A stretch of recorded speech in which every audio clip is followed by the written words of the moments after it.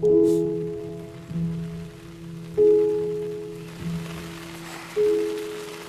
nomination of Katie Price's Perfect Ponies, My Pony Care Book, for the W.H. Smith Children's Book of the Year Award at the 2008 British Book Awards, upset a lot of people. Joanne Harris, author of Chocolat, described the nomination as depressing beyond anything, whilst historical novelist Robert Harris saw it as emblematic of the tacky culture we live in. Katie Price, also known as Jordan, Grattan Celebrity Mother of the Year 2007 and Top 20 Singles Artist, has a pragmatic authorial relationship with her published works. According to an interview with The Guardian, the third volume of her autobiography, Jordan, Pushed the Limit, was written primarily by her ghostwriter, Rebecca Farnworth. I talk in a tape and say the stories that I want.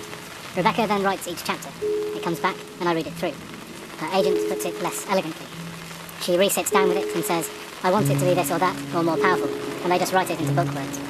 It's perhaps less than surprising that Tracy Chevalier, chair of the Society of Authors and author of The Girl with the Pearl Earring, reacted to the nomination with horror.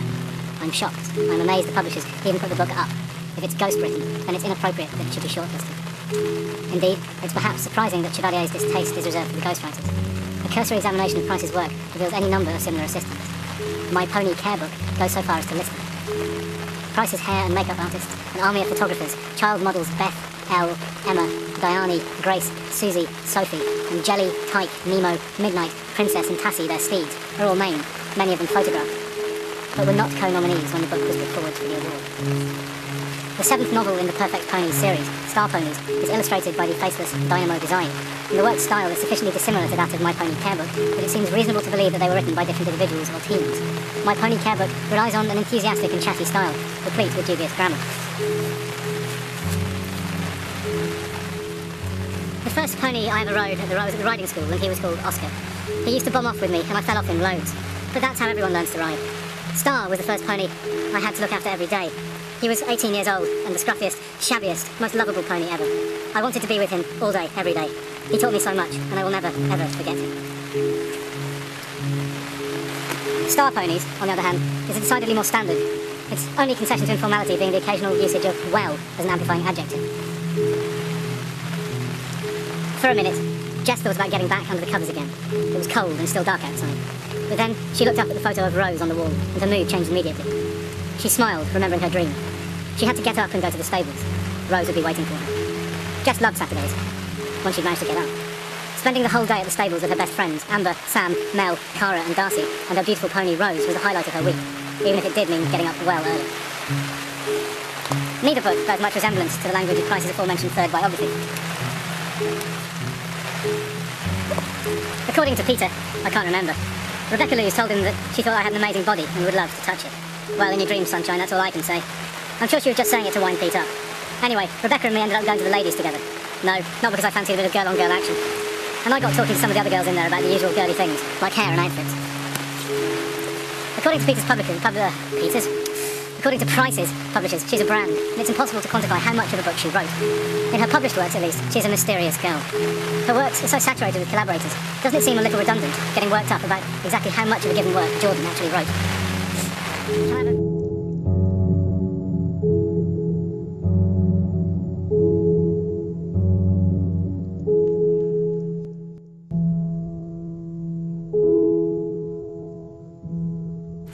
the Society of Authors are upset because, perhaps understandably, they're not relating Perfect Ponies to the works of Gilles Deleuze and Felix Guattari. In the introduction to their 1,000 Plateaus, Deleuze and Guattari propose a new model of thought, based around the metaphor of biological rhizomes. And it's this model that I'm trying out as a way of coming to terms with the authorial system that gives us not only Katie Price's books, but all books.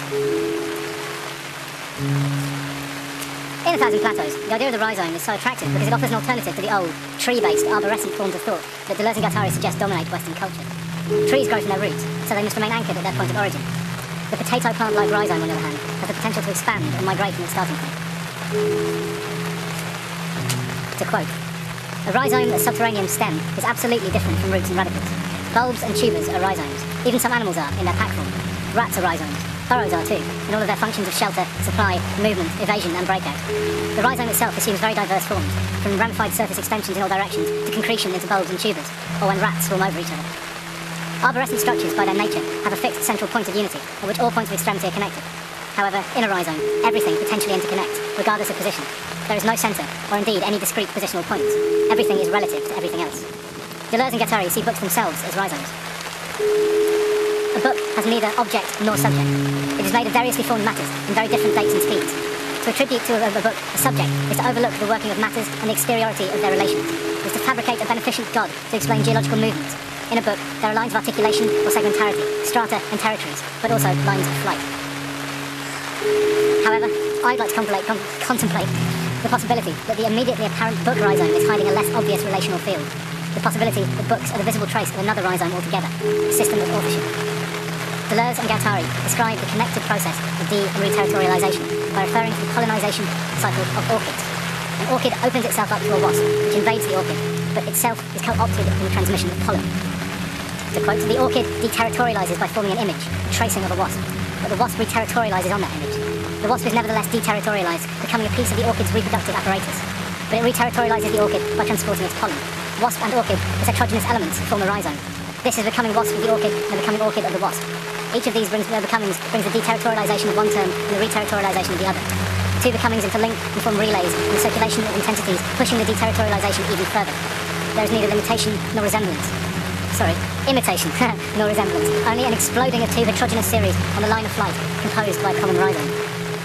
The process that produces Katie Price's books holds certain similarities. Interlinked becomings abound. Price opens her name for general use. Her collaborators donate their authorial services to works in which Price is identified as author. The rhizome includes the becoming Jordan of a ghostwriter, who turns her life story into book words, and the becoming ghostwriter of Price, who sees her spoken, living, platonic logos transcribed and expanded. The books themselves represent a concrete trace of the moment at which the authorial rhizome is temporarily broken.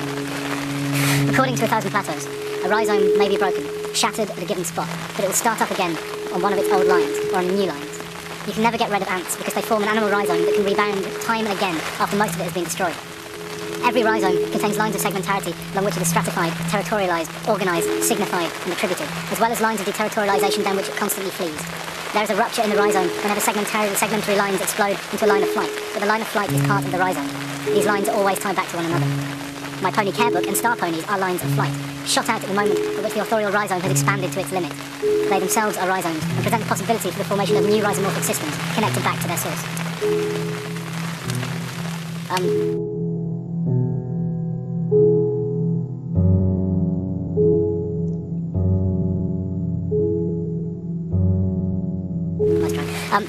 As Children's Laureate, Michael Rosen said in response to the wailing and gnashing of teeth following the British Book Awards, "We get too hung up on authorship. None of us writes a book entirely on our own. We get help from editors, or ideas might come from conversations with our families or children. The impact of such influences may be visible, as when an infantine, piratical version of Katie Price's husband, #1 singles artist Peter Andre, appears in the recent series for younger children, Katie Price's Mermaids and Pirates. However, as Rosen suggests, it's not just the ghost-written and the illustrated novels that are rhizomatic. Can you bring it a bit closer, please? No writer is free from the overwhelming influence of the interconnected, rhizomatic world. The Society of Authors are distressed by Katie Price because she seems absent from her works. They want some guarantee that she is there at the time of writing, an assurance that the work's named author is communicating to them through the words on the page. They want to be able to attribute everything they find in the work to Price and to her alone. What they get is the product of a rhizome. And how do you attribute authorial responsibility to a movement within a mass of other lines and grain? The situation is universal, and the distress not limited to a group of bored rent-a-quote novelists. Consider this. You find yourself reading a book by someone you know well, maybe through extensive research, or maybe because part of a past personal acquaintance. You come across a passage which is some way unfamiliar and out of keeping with your prior knowledge of the author. Much of what you read may be recognisable, but some note or some item of information is sufficiently novel to give you pause, and maybe this causes you discomfort. What is it that cuts you? The book is haunted. It has been written on by ghosts. Something or someone unknown to you has interacted with the author, and an author you thought you knew well, and possessed them, and formed a new rhizomatic link. The resulting expanded rhizome's line of flight, the book, sent towards you, inevitably draws you into the system of de- and reterritorialization. But no matter how exhaustive your research, you will never map the authorial rhizome in full. All books are haunted in this way, and the interconnection of rhizomes implied by such a choir of spectral voices is enough to send the most dedicated of archivists running screaming into the daylight. Learning to accept ghostwriters and absences, and to take the authorial rhizome for what it is, a subterranean and invisible system, occasionally exploding overground through its lines of flight, could perhaps save us a great deal of time and strife, and ultimately sadness. Following the tunnels down into the rhizomorphic burrow only leads to infinite exhaustion, since if you go far enough back, they lead to everyone and to everything. Cheers, we're done.